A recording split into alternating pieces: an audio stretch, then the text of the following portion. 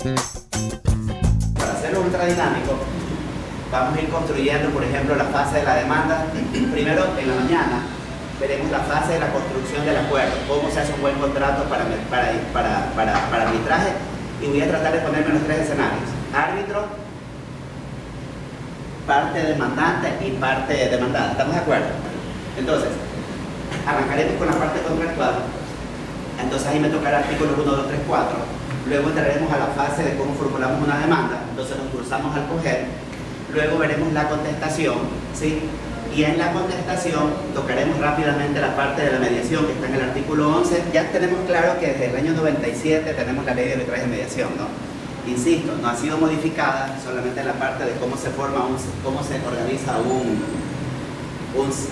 centro arbitral, sería que llamarse. Entonces, luego, después con la Constitución del 2008, tenemos la normativa del 190, ¿se acuerdan? El 190 es muy práctico, señala que se reconoce el arbitraje. Sí. Ah, ya, gracias. O sea, rómpeme todo y sácame el papel. Ya, se reconoce el arbitraje, la mediación y otros procedimientos alternativos para la resolución de conflictos. Voy a hablar para ti que no eres abogado todavía.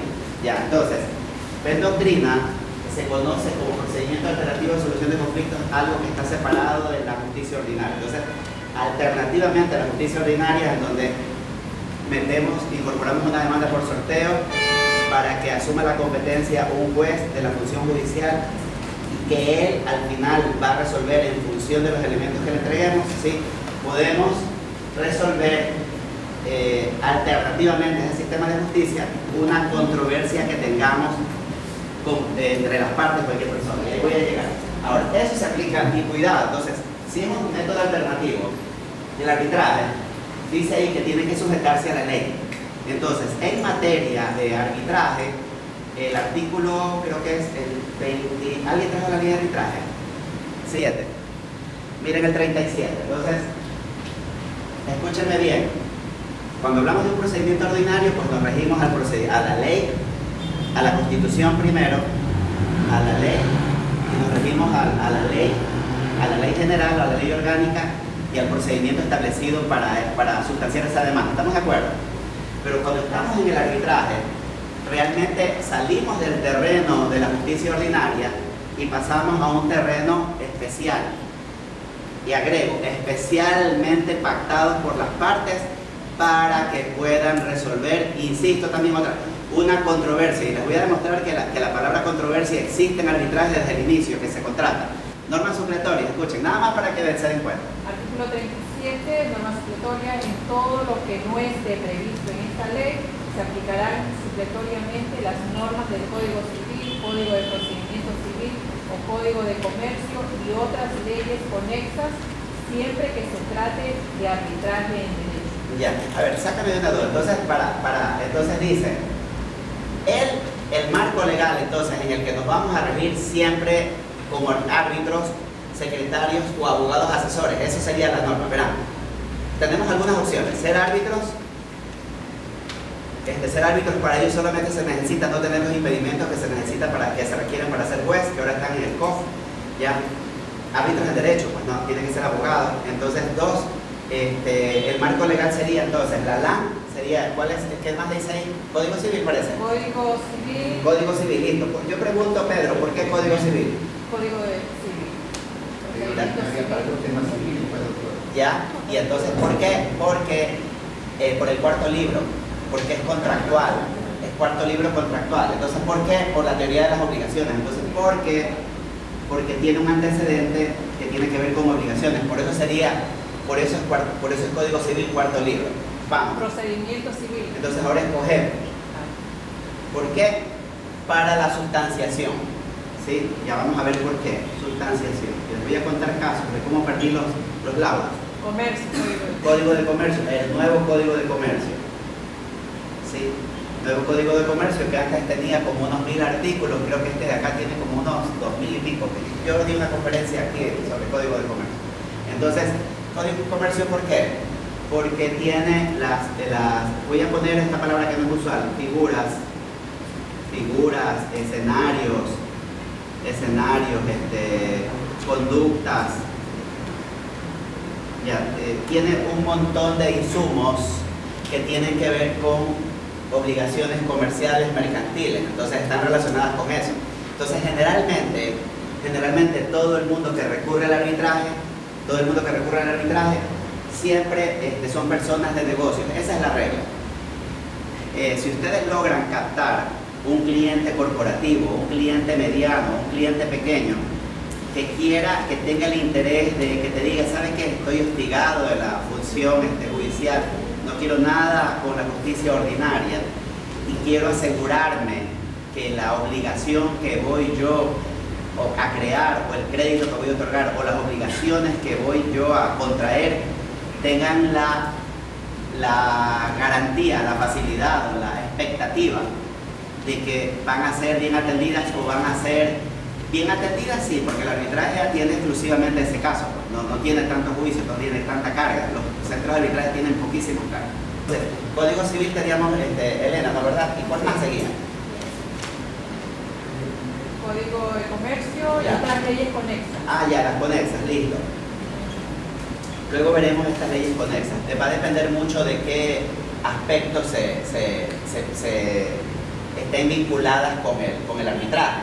Entonces a mí se me ocurre que si tienen que ver con algún pacto que tiene que ver con cuestiones químicas o alguna cuestión de una contratación, y entonces tiene que ver con agua, tiene que ver con derecho ambiental, el cobro de las multas, alguna cuestión. Entonces yo me imagino que allí en algún momento dado tendría que el árbitro tomar alguna nota con relación a estas disposiciones que tienen vinculación con la materia que se refiere al contrato. ¿Estamos de acuerdo?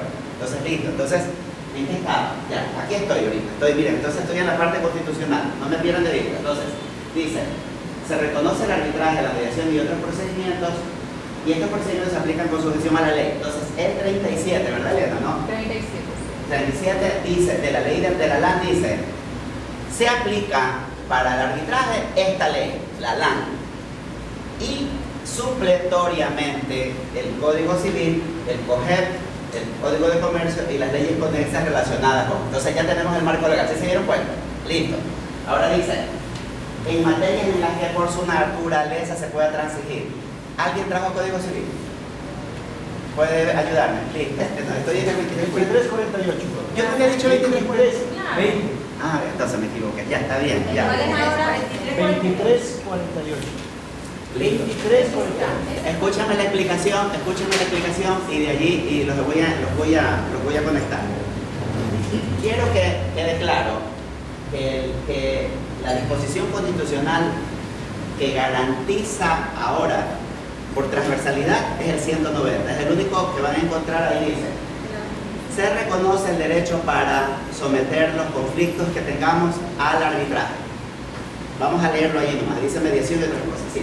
Siempre que lo que sea materia del arbitraje sea sujeto de transacción. Ustedes me preguntarán por qué tiene que ser sujeto de transacción. Porque en el artículo 11 de la LAN dice que después que presentas la demanda, la presentas, lo citas, la contestas, vas a mediación. Entonces el 11 dice, ¿no? El 15. Escúchame bien. Solamente la primera línea nomás.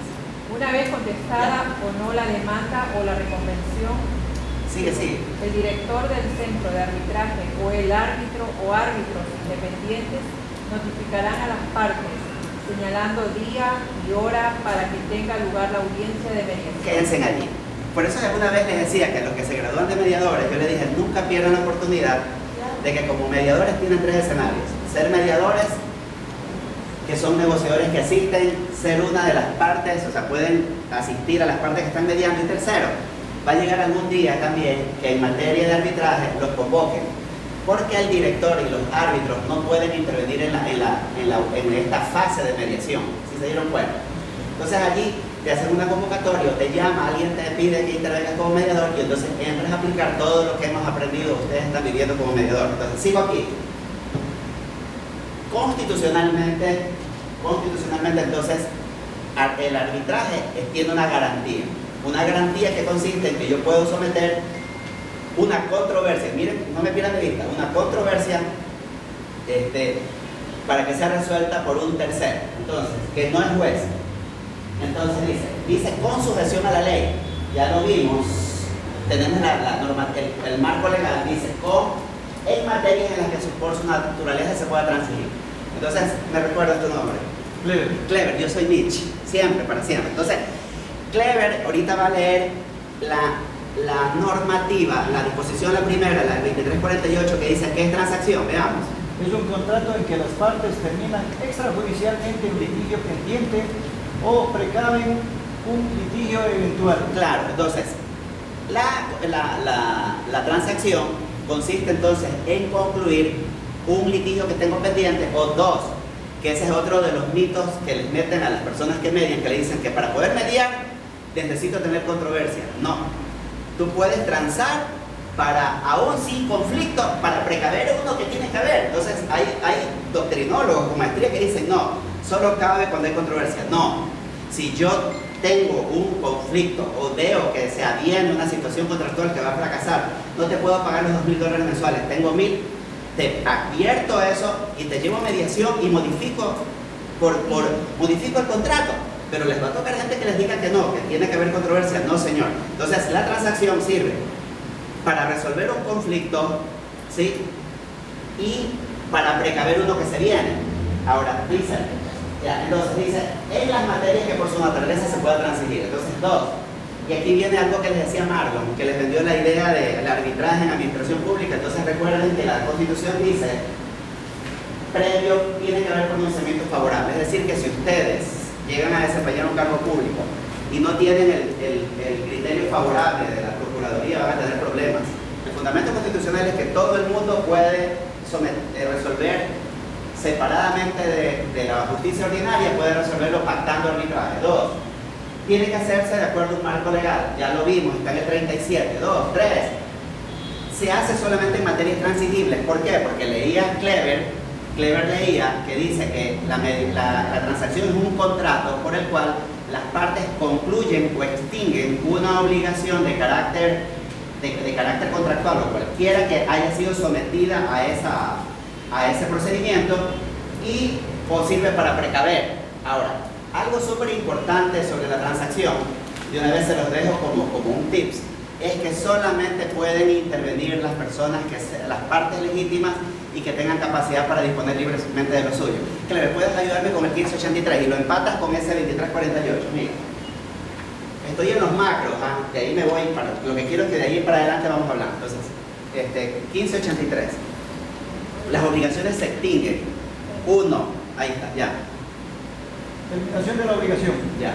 Las obligaciones se extinguen en todo o en parte. Uno, ya.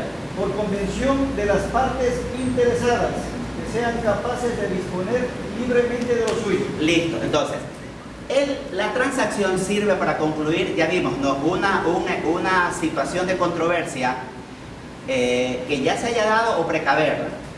Pero realmente la transacción es una herramienta para extinguir obligación. Pero tienen que caer en cuenta que de acuerdo con el 1583 solamente la pueden suscribir ¿quiénes?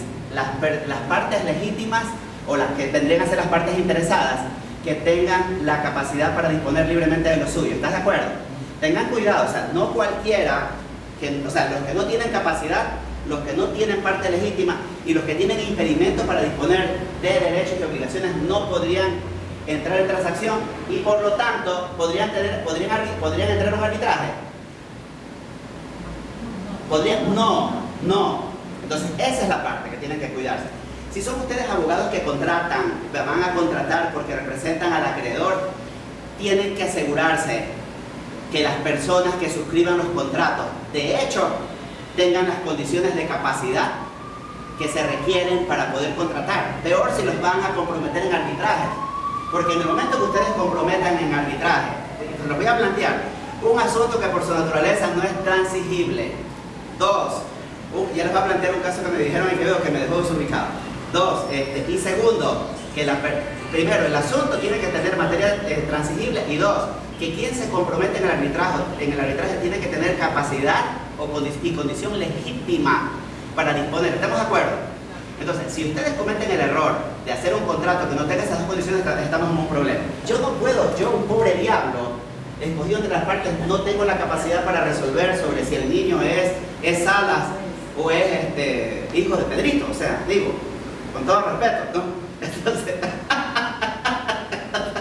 Entonces, eso, ahí tiene un ejemplo. Entonces, ahí tiene un asunto que no es legítimo, no es lícito, diría yo, inclusive, no es procedente, qué sé yo, para someterlo a arbitraje, sino aquellas cuestiones que tienen que ver con estos aspectos que ya vamos a revisar. Ahí les voy a dar un montón de ejemplos que me pasó. Entonces, voy a Código Orgánico de la Función Judicial. Entonces, miren esto. Este artículo 17 fue con el cual el Consejo de la Judicatura tomó el control de la supervisión de los centros de mediación y de arbitraje. Entonces el 17 dice que, miren dónde arranca. La administración de justicia por la función judicial es un servicio público básico y fundamental del Estado, por el cual alguien puede leerlo mientras yo me pongo unas gotas, no sé, Carlito. Artículo 17. Gracias. Código Orgánico de la Función Judicial. Ya. Principio de servicio a la comunidad. La administración de justicia por la función judicial es un servicio público, básico y fundamental del Estado, por el cual coadyuva a que se cumpla el deber de respetar y hacer respetar los derechos garantizados por la Constitución, los instrumentos internacionales de derechos humanos vigentes y las leyes. Perdón. Ya. El arbitraje, Ahí vamos, sí, bien.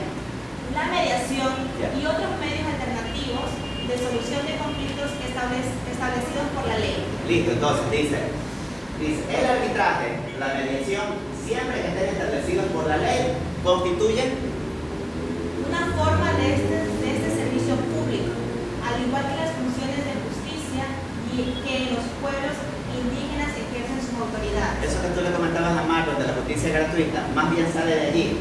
Entonces, claro, entonces uno deduce que está en un centro privado. Yo siempre he dicho, yo fui director de un centro privado por 4 años y cobraba yo honorarios.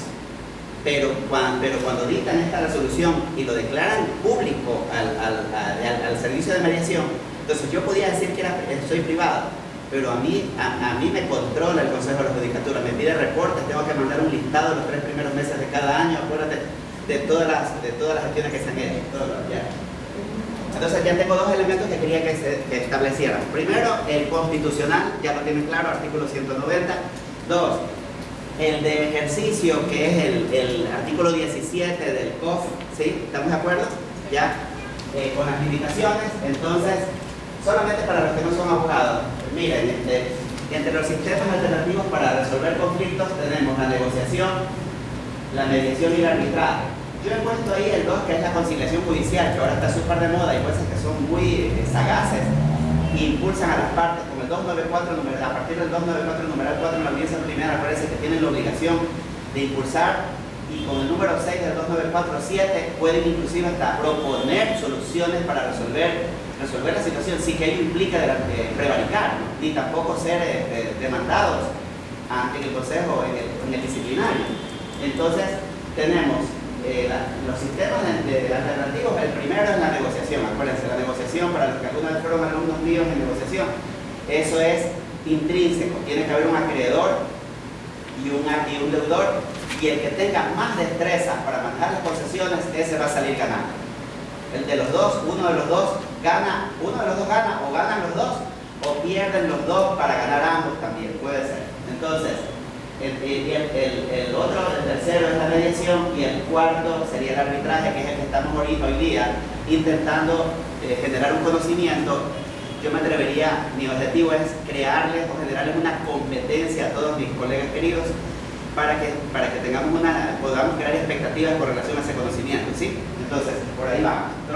¿Cuál es la naturaleza jurídica imprescindible que ustedes tienen que revisar para someter las cosas en arbitraje? Entonces, yo se los había dicho hace un rato, voy a comenzar desde aquí. Primero, tiene que tener un marco, tiene que haber un sometimiento a la ley, ya lo tenemos. 2, tiene que hacerse en materias transigibles. Entonces, ya les dije, ya revisamos con Clever y con Elena que se trata de una transacción, y que esa transacción la transacción no es nada más que un contrato por el cual extingo obligaciones que se han derivado de una contratación actual que está controvertida, o lo hago para precaver otra, ¿verdad? Otra que se puede sobrevenir. 2, Vimos también que las obligaciones se extinguen por el 1583, numeral 1, para que se extingan las obligaciones por transacción, porque puede pasar eso. Las personas que contraten, las que sometan el arbitraje y las que vayan a arbitraje, tienen que tener capacidad legal y tienen que tener la capacidad de disponer libremente de lo suyo o de las personas que representan. ¿Está claro? 2. Y entonces, para que haya arbitraje, tiene que haber un acuerdo de voluntades. Lo que trato de decirles es, no puedes ir unilateralmente y imponer un arbitraje. Tiene que ser pactado, es consensuado. Ya lo vamos a ver ya mismo con la ley, dentro de la ley. 2. Tiene que haber un conflicto transigible, o sea, tiene que haber conflicto. Ahora, miren lo que va a pasar. Elena, ¿me puedes ayudar con el artículo 1? Y me voy a sentar porque vas a leerlo despacio, pronuncia bien las R's, las S's y las N's. Bien, así, bien puntual, así como tú lo haces. Pero quiero que lo vayas despacio y afirmes cada palabra. Y miren lo que van a descubrir en el número 1. Miren, ya. Artículo 1, validez del sistema arbitral. Ya. El sistema arbitral es un mecanismo alternativo de solución de conflictos al cual las partes someten de mutuo acuerdo las controversias susceptibles de transacción existentes o futuras que sean resueltas por los tribunales de arbitraje administrado o por árbitros independientes que se conformaren para conocer dichas controversias. Esta es la palabra clave ahí. Miren ustedes. Ya tienen el conflicto, ya existe, pero no tienes convenio arbitral. Tienes dos opciones. Tienes la controversia, te la tiras directamente, vas a mediación para ver qué pasa, ¿sí? De hecho, cuando ya tienes mediación y no hay acta, no hay acuerdo, esa acta te sirve para saltarte la etapa procesal. Yo lo he usado.